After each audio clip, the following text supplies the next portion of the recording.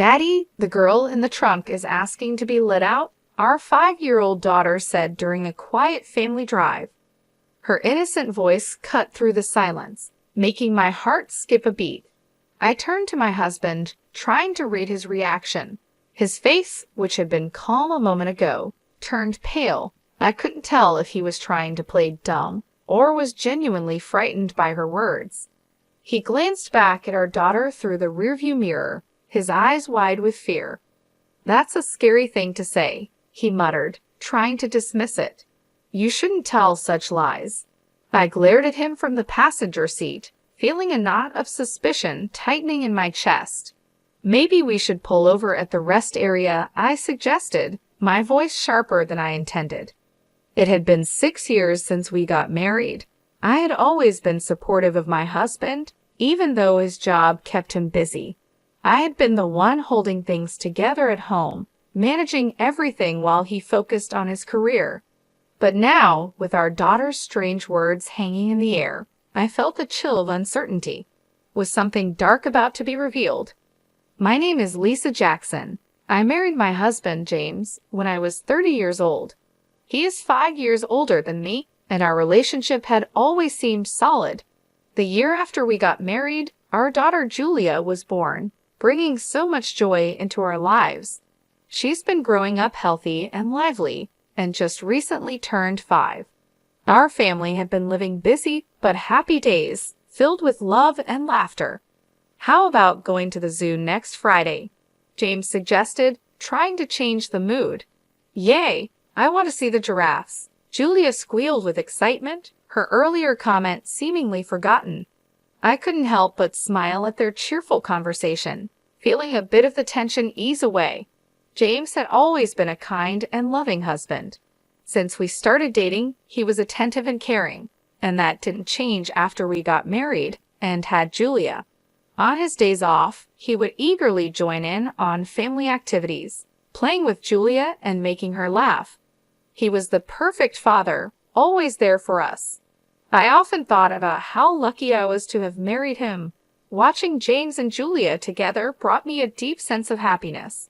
Our life was good, stable, and filled with love. But little did I know, those peaceful days were about to be shattered. One day, James came home with a heavy sigh, his face looking weary and troubled. "You're being transferred to a different department?" I asked, noticing his downcast expression. "Yeah," he replied, his voice flat. "It's company policy. They want me to gain experience in different places." His words felt like the first crack in our happy life. I didn't know why, but something about this transfer made me uneasy. I could sense that there was more to the story, something James wasn't telling me, and as our daughter's strange words echoed in my mind, I couldn't shake the feeling that our lives were about to change in ways I couldn't imagine. James was being transferred to the busiest department in his company, which meant he might not be able to spend as much time with us. The news hit our family hard, especially Julia. "Daddy, are you not going to play with me anymore?" she asked, her big eyes filled with worry. James, trying his best to reassure her, gently stroked her hair and said, "I'll do my best to spend as much time with you as possible, Julia. Let's go to the zoo again sometime soon." Despite his comforting words, I could see the regret in his expression. He knew this transfer was going to change things for us, and the thought of it weighed heavily on his mind. As I watched him with our daughter, a tightness grew in my chest, overwhelmed with emotions.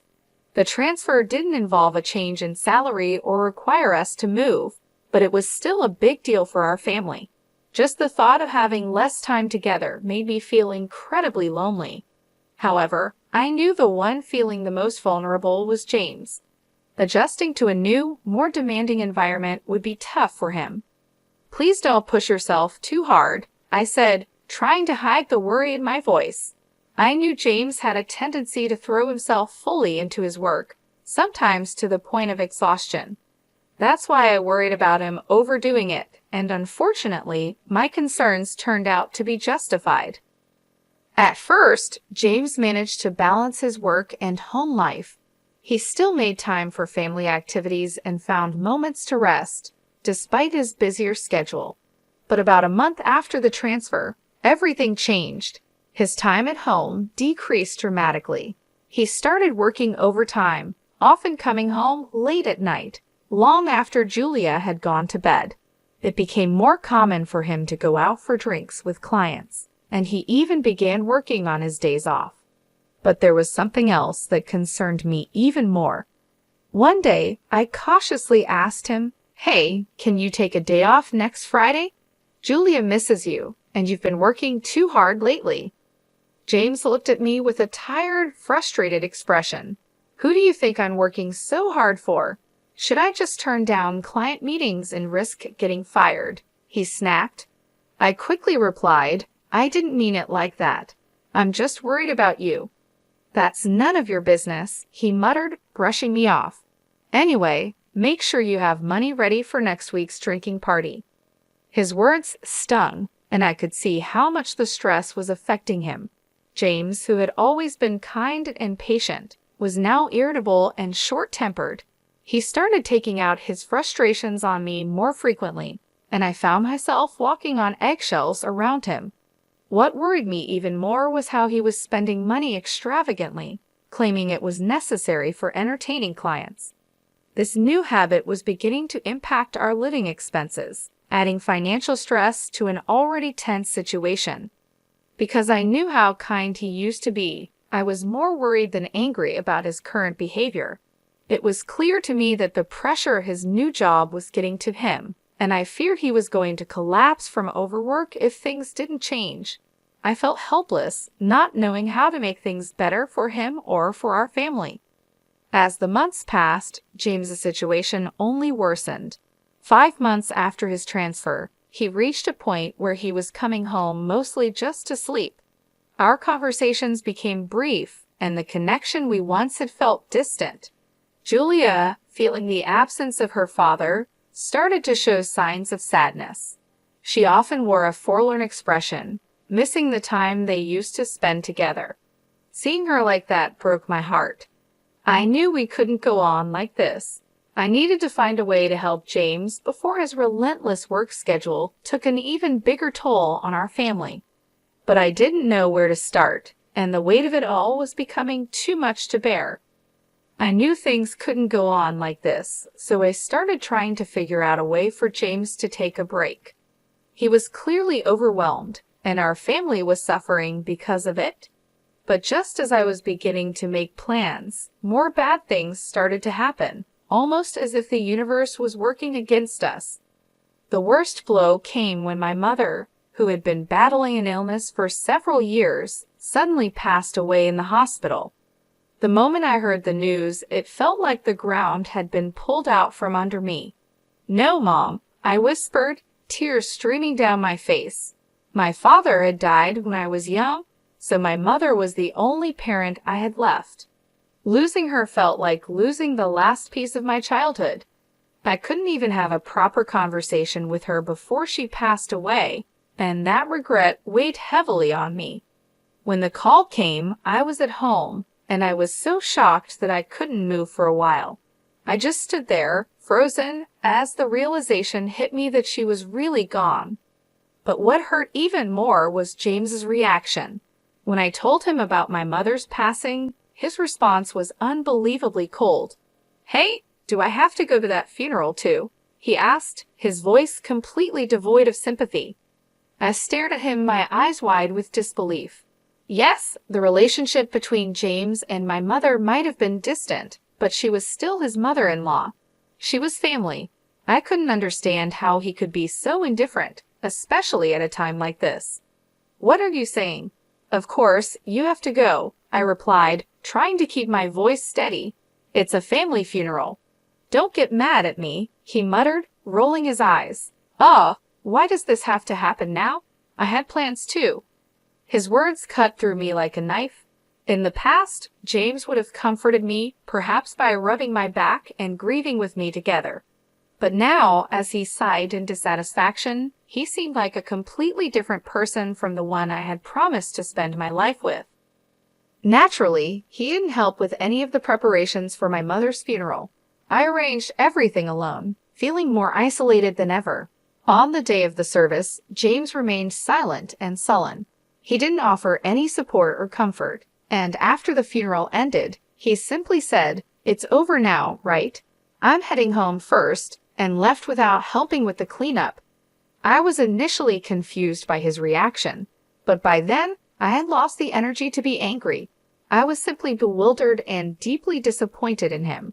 No matter how busy or stressed he was from work, his behavior at the funeral was unacceptable. When did my husband become such a cold person? Despite feeling frustrated with him, I finished cleaning up with Julia by my side. She was too young to understand everything that was happening, but she could sense that something was wrong and did her best to help me. "Mom, Julia will help you," she said, her small voice bringing a bit of comfort to my aching heart. After the funeral, I decided to stop by my parents' house for a short while. It wasn't far from our home, and I wanted to say a final goodbye to the place that held so many memories of my mother. Although it was a sad visit, I felt it was something I needed to do for my own peace of mind. When I arrived at my parents' house with a heavy heart, I took a deep breath and walked inside. The house felt empty, a shell of what it used to be. As I stood in the living room, surrounded by the remnants of my mother's life, I felt a wave of sorrow wash over me. But before I could even begin to process my feelings, something unexpected happened. "Mom, wait a moment," Julia suddenly shouted, her voice filled with urgency. "Huh, Julia, what's wrong?" I asked, startled by her sudden change in behavior. As soon as we arrived at my parents' house, Julia's expression had shifted dramatically. Without another word, she dashed straight into the back room, leaving me standing there, puzzled and concerned. I quickly followed her, my heart pounding with a mix of anxiety and confusion, wondering what could have caused her to react like this. I had taken Julia to visit my mother's place several times before, but I had never seen her act like this. Curious and concerned, I hurried to follow her as she moved with a sense of purpose. Julia stopped in front of the dresser, her small hands reaching for the second drawer from the bottom. It was as if something was drawing her to it. "Mom, Grandma wants you to have this," she said, holding up an old hand mirror. The sight of the mirror took my breath away. It was an item that had always been precious to my mother. She cherished it so much that she rarely used it, and I didn't even know where she kept it. I stood there, stunned, as I realized that Julia had somehow found this hidden treasure. "How did you know it was here? And what do you mean, Grandma wanted me to have it?" I asked, my voice tinged with disbelief. "When Grandma was sleeping earlier, she told me that you were sad and asked me to give this to you," Julia answered innocently, her eyes wide with sincerity. I couldn't hide my surprise. Her words sent a chill down my spine. There was no way Julia could have known about the existence of this hand mirror, let alone where it was kept. Yet here she was, holding it out to me with a calm certainty that was both unsettling and awe-inspiring. Wanting to understand what was happening, I decided to ask her some questions. I asked about things she couldn't possibly know, tomorrow's dinner menu, what I was thinking about, and even thoughts I had during the funeral. To my astonishment, Julia answered each question correctly, as if she had read my mind. It became clear to me that my daughter had a mysterious ability to know what people were thinking. I was both amazed and bewildered. "Wow, that's amazing, Julia. You know everything," I said, stroking her head gently, still trying to wrap my mind around this revelation.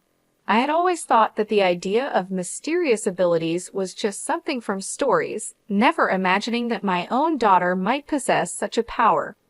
Julia, proud of her newfound ability, put her hand on her hip and gave me a confident look. "That's right. Julia knows about Dad, too." "What do you mean?" I asked, my heart skipping a beat.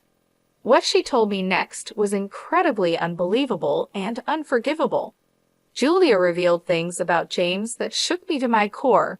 I listened in stunned silence as she spoke, realizing that the man I had married was not who I thought he was. A few weeks after my mother's funeral, I decided it was time to confront James. On a morning when he was getting ready to leave for work, I casually mentioned, "By the way, I'm visiting my friend with Julia next Friday." James, who had been focused on getting out the door, suddenly stopped in his tracks. He frowned, looking genuinely troubled. Really? Oh no, I'm off that day. That's too bad, he said, his voice filled with artificial concern. I could sense the insincerity in his tone. It was clear to me now that he was hiding something. I let out a small, knowing smile, careful not to reveal my true feelings. Now that I knew the truth, there was no love left for James inside me. That Friday, I left home with Julia as planned. We spent about an hour away, giving me time to gather my thoughts and prepare for what I needed to do. When we returned home, Julia pointed towards the garage and said, "Dad's over there." I took a deep breath and walked towards the garage, where the shutter was still down. My heart was pounding, but I knew what had to be done. I lightly knocked on the shutter and called out, "James, I know you're in there. Open it." There was a moment of silence, then a hesitant voice replied, "Huh, Lisa? I thought you and Julia had plans," James said, his voice filled with surprise. "It's canceled," I replied calmly. "If you're going somewhere, we want to come with you." He sounded flustered and hesitant, clearly not expecting this. "Oh, okay," he stammered, reluctant to open the garage shutter. I had a pretty good idea of what was going on inside, but decided to stay quiet and observe. "Julia wants to go for a drive too," I added, hearing the hope in her voice. Unable to resist, James had no choice but to agree. A few minutes later, he reluctantly opened the garage, and we started our drive together. Sitting in the passenger seat, I looked at James as he drove. His profile was tense, and it solidified my final decision. Life with James had been enjoyable and happy, but I knew those days would never come back. "Hey, did you know Julia has a special power?" I finally brought it up as we merged onto the highway.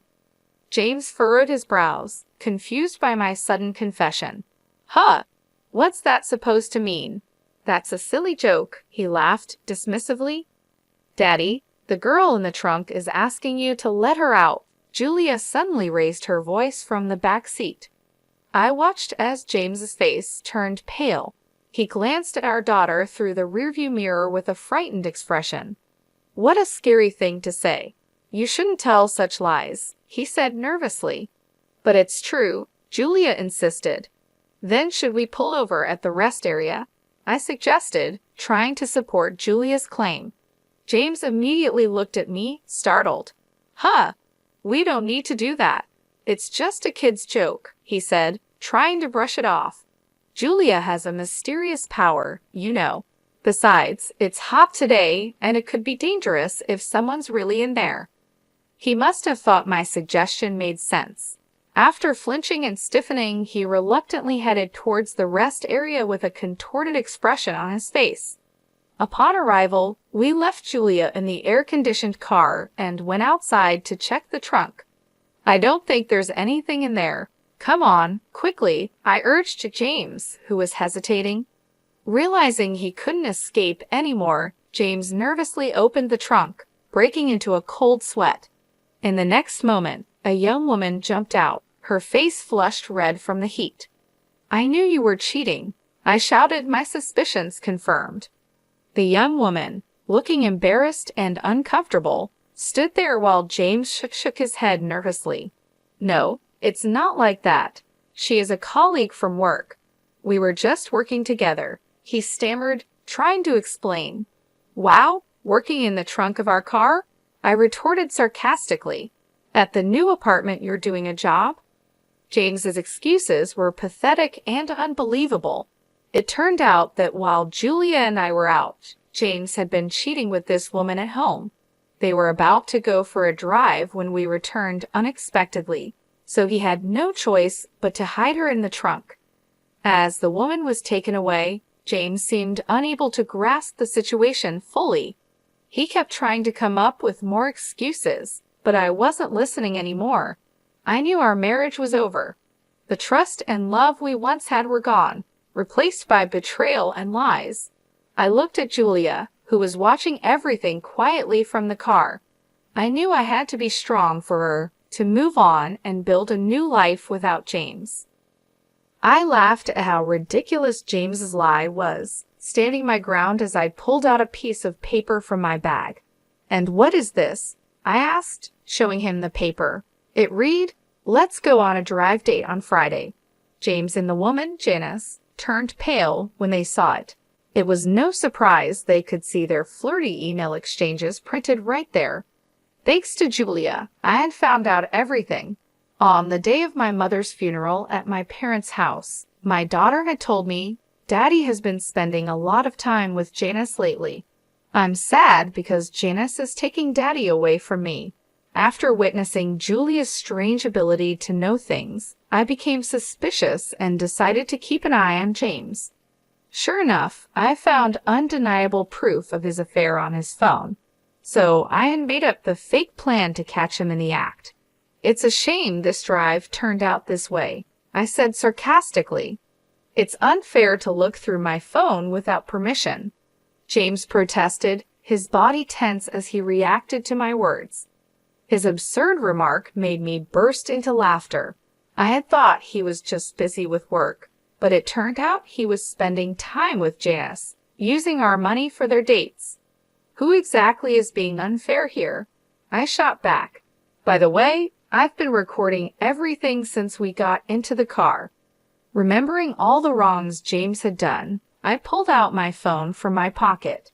I had secretly pressed the record button to capture everything, and the evidence I had wasn't just messages and this video. I also set up hidden cameras in our house and garage. "And Janice, I know everything about you too." Under my relentless confrontation, they both turned white as sheets. I was furious with James, but I couldn't forgive Janice either. I had thoroughly investigated my husband and figured out who she was. Janice was a 27-year-old new employee who worked with James in his new department. From the messages, it was clear she knew about me, yet she still went ahead with the affair, making her just as guilty. Sorry, Lisa," James whimpered, clearly not expecting to be cornered so perfectly. His pitiful attempt to plead with me only filled me with more disgust. I glared at both of them with all the anger I could muster. "I won't forgive either of you. Get ready to pay alimony." Hearing my firm words, and perhaps realizing their fate, both of them collapsed to their knees. After that, I divorced James. The fact that I had recorded everything and gathered all the evidence paid off. They were ordered to pay $500,000 in compensation. I was also able to get $1,000 a month in child support from my husband. But their troubles didn't stop there. I heard that news of their affair spread throughout the whole company, especially since they worked in the same department. This made things very uncomfortable for them, and eventually they broke up. Their coworkers started to disapprove of them, and in the end, they had no choice but to resign. Now, I've heard they're struggling with the burden of the compensation payments and are left with nothing. Meanwhile, I'm enjoying peaceful days with Julia. I'm focused on giving her lots of love and support, knowing she has a special gift. I want to make sure she grows up happy and well taken care of.